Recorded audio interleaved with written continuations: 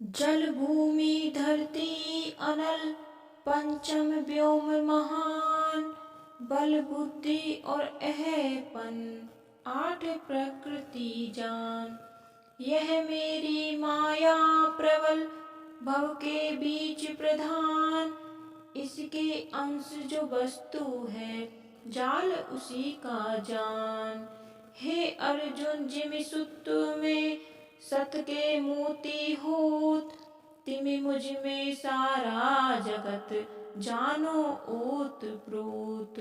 मुझसे बाहर कुछ नहीं मैं हूँ सबको ठोर। इस सप्तम अध्याय में कहते माखन चोर। प्रेम से बोलिए बांके बिहारी लाल की जय। जय श्री कृष्णा। जय हो नंद गोपाल की। ओम नमः शिवाय। प्रिय भक्तों, आज मैं आपको श्रीमद् भगवत गीता का 7वां अध्याय सुना रही हूँ। तो प्रेम से सुनिए भगवत गीता का 7वां अध्याय। श्री कृष्ण भगवान बोले, हे पार्थ, मुझ में मन लगा करके मेरे ही आश्रय होकर योगाभ्यास करते हुए मेरे स्वरूप का संशय रहित पूर्ण ज्ञान होगा सो सुनो। वह पूर्ण ज्ञान मैं तुम्हें सुनाता हूँ, जिसके जानने से तुमको इस लोक में और कुछ जानना शेष न रहेगा। सहस्त्रों मनुष्यों में से कोई एक सिद्धि प्राप्ति के लिए यत्न करता है और उन यत्न करने वाले सिद्धों में से भी कोई ही मुझे ठीक जान पड़ता है। पृथ्वी, जल, अग्नि, वायु, आकाश, मन, बुद्धि और अहंकार, ये 8 प्रकार की मेरी प्रकृति माया है। इस प्रकृति को अपर अवचेतन अर्थात जड़ कहते हैं। और हे महाबाहो, इससे दूसरी प्रकृति चेतना है, जिसने संपूर्ण जगत धारण किया है। इन्हीं दोनों प्रकृतियों में सब प्राणी मात्र उत्पन्न होते हैं, ऐसा जानो। यह प्रकृतियां मुझसे ही उत्पन्न हुई हैं। इस प्रकार जगत की उत्पत्ति और प्रलय का कारण मैं ही हूँ। हे धनंजय, धागों में जिस प्रकार मणि पिरोई जाती है, उसी भांति यह संसार मुझ में गुथा हुआ है। मुझसे परे और कुछ भी नहीं।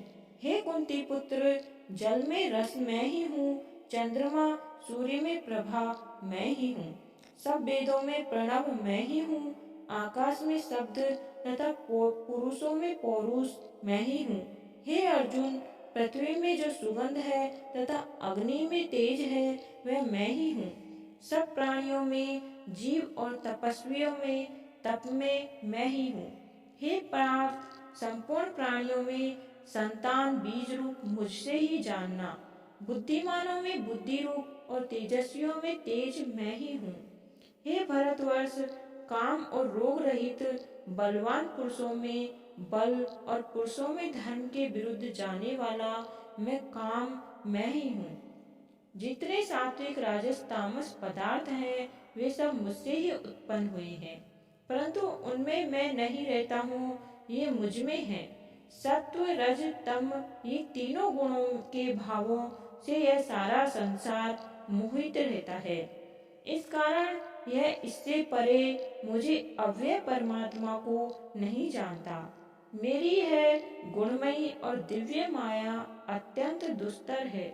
जो मुझको अनन्य भाव से भजते हैं, वे इस माया को पार कर जाते हैं। जो पापी मूढ़ नराधम माया ने जिनका ज्ञान हर लिया है और असुरी भाव ग्रहण करे हुए हैं, मुझको नहीं पाते हैं। हे भारत श्रेष्ठ अर्जुन, 4 प्रकार के मनुष्य मुझको भजते हैं। दुखिया, जिज्ञासु, ईश्वरी की कामना करने वाला और ज्ञानी। 3 में सदा मुझ में एकाग्रचित और केवल मेरी भक्ति वाला ज्ञानी पुरुष श्रेष्ठ है, क्योंकि मैं ज्ञानी को अत्यंत प्रिय हूँ और वह मुझको प्रिय है। यद्यपि वह सभी भक्त अच्छे हैं, तथापि ज्ञानी तो मेरी आत्मा ही है, क्योंकि वह मुझ में ही मन लगाकर मुझको ही सर्वोत्तम गति मान मेरा ही आश्रय ग्रहण करता है। अनेक जन्म के अनंतर ज्ञानी मुझे पा लेता है, ऐसा महात्मा अत्यंत दुर्लभ है। जो सब जगत को वासुदेव में समझे।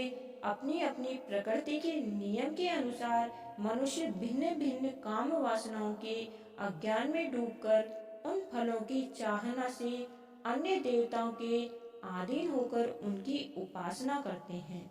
हे अर्जुन, जो भक्त श्रद्धा पूर्वक जिन जिन देवताओं का पूजन करना चाहते हैं, उन पुरुषों की उस श्रद्धा को मैं दृढ़ कर देता हूँ। वह इस श्रद्धा से युक्त होकर उस देवता की आराधना करता है, फिर उसको मेरे ही रचे हुए कर्म फल प्राप्त होते हैं। परंतु उन अल्प बुद्धि वालों का फल नाशवान है। देवताओं की आराधना करने वाले देवताओं को मिलते हैं और भक्तजन मुझ में मिल जाते हैं। मेरे अव्यय अत्युत्तम स्वरूप को न जानकर मंद बुद्धि लोग मुझे अव्यक्त को व्यक्त मानते हैं। योग माया से आच्छादित होने के कारण सबको नहीं दिखता हूँ। उसी से मूढ़ लोग अनादि तथा अविनाशी मुझको नहीं जानते। हे अर्जुन, मैं भूत भविष्य और वर्तमान के सब प्राणियों को जानता हूँ, पर मुझे कोई नहीं जानता। हे भारत, हे परतंत्र, इच्छा और देश से उत्पन्न होने वाले सुख दुख आदि द्वंद्व के मोह से जगत के सभी प्राणी भ्रम में फंस जाते हैं। जिन पुण्यात्माओं के पाप नष्ट हो गए हैं, वे पुण्य कर्म करने वाले भक्तजन द्वंद्व के मोह से छूटकर दृढ़ निश्चय करके मेरी भक्ति करते हैं। जो मेरा आश्रय लेकर जन्म मरण क्रम को दूर करने के अर्थ प्रयत्न करते हैं, वे पुरुष परम ब्रह्म, आत्मज्ञान और संपूर्ण कर्म को जानते हैं। जो अधिभूत, अधिदेवता और अधियज्ञ इन सब में व्यापक मुझे जान पाते हैं, वे समाधिष्ट मरण काल में मुझको जानते हैं। तो प्रेम से बोले वृंदावन बिहारी लाल की जय। जय श्री कृष्णा। इसी के साथ साथ श्रीमद् भागवत गीता का 7वां अध्याय समाप्त होता है।